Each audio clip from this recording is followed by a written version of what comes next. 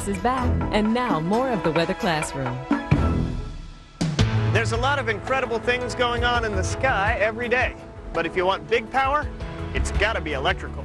An electrical phenomena is the action hero of the sky show. It crashes in with a roar of thunder, delivering a bolt of energy that is so hot and intense it exceeds 40,000 degrees Fahrenheit, or 22,000 degrees Celsius. It blows trees apart, knocks planes from the sky, and starts huge ground fires that can take out entire forests. Now, this sky show heavyweight is produced when electrical charges cause all of the air that's around them to expand. Check this out. Ice crystals inside a cumulonimbus cloud get a positive charge at the top.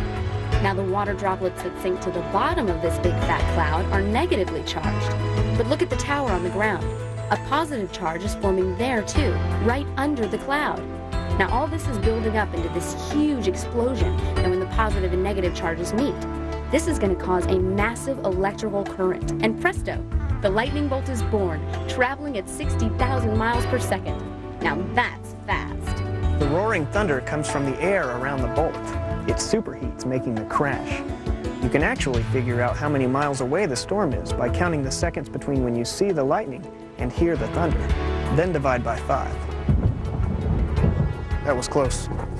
The Empire State Building in New York City is struck by lightning 500 times a year. Who says lightning doesn't strike twice? Lightning comes in lots of different forms. It might look like forks crackling down. It might cover the whole sky in a glowing sheet. Or it might just streak to the ground with one fiery finger. It all depends on how far you are away from the charge. But one thing is for sure, lightning is dangerous. When lightning starts, move indoors. Stay away from metal pipes like water pipes in the kitchen and bathroom. That includes computers and telephones. But if you get caught outside, try to get in a car. It's a lot safer than standing on the ground. Never seek shelter in a metal structure, near metal fences, or underneath tall, isolated trees. And if your hair starts to stand on end, immediately drop down on all 4s and keep your head low.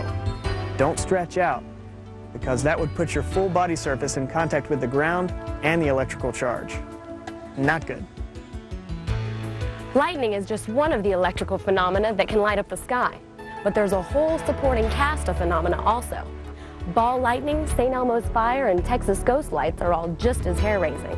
But let's head north to check out a real light show, the Aurora Borealis. Our friends back at the Fernbank Science Center are going to show my former personal assistant, Sarah, how it works. Much better, thank you.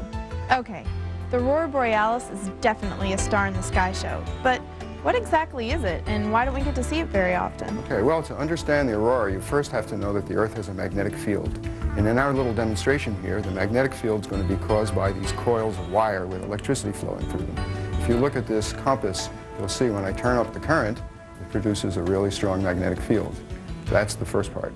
Now, the second part is the sun, which is represented here by this little cylinder, gives off light, but at times it's very active and gives off highly charged, fast-moving particles which slam into the Earth's atmosphere, hit the molecules, and make them give off beautiful colors of light.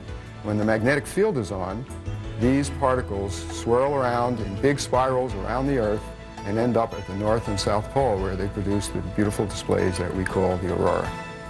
All right, great, thanks, got it. So, we've seen what the Earth's sky has to offer. Checked out the sky show phenomena, optical, wind, and electrical. But the real sky show fan is a thrill seeker, always looking for the next incredible sunset. So what's in the future for us? Where do we go to find a new sight sensation? We go up, my friend. We go up. When we go to space, we have to worry about space weather. Back in the early 70s, we went to space with Skylab and learned a lot about the sun and how it produces space weather. Our sun's a variable star. It gets slightly brighter and dimmer over the 11-year sunspot cycle, but more importantly, it produces huge explosions where the energy equivalent of 100 million atomic bombs going off in a matter of seconds blasts 1 billion tons of material and sends it through the solar system at speeds of over 1 million miles an hour. What the sun does influences our climate here on Earth. We see periods like the modern minimum during the 1600s to 1700s, when the sun was very inactive, no sunspots at all for 70 years, that corresponded to a cool time here on Earth. So we know there's this connection, but we don't quite understand how it happens. And so this is a topic for future scientists to help us to understand, is what is it about the sun and its variability that actually affects weather here on the surface of the Earth. But the space around planet Earth isn't the only place with outer-worldly weather. You remember what the main component of weather is? You got it, the atmosphere. Now, do we know of another planet that has something going on up above its surface? Well, try Mars. Mars is the 4th planet from the Sun, and yes, Mars absolutely does have weather. But the weather on Mars is very different than the weather on the Earth. When Mars is close to the Sun, you have massive dust storms, and these dust storms completely cover the planet. It's not just like having an ice storm in one localized part of our country. It's like having an ice storm or a dust storm completely covering the planet Earth. Now, that would be a catastrophe. We have to design the spacecraft so that it can stand up to changes in temperature and pressure that it's going to find there.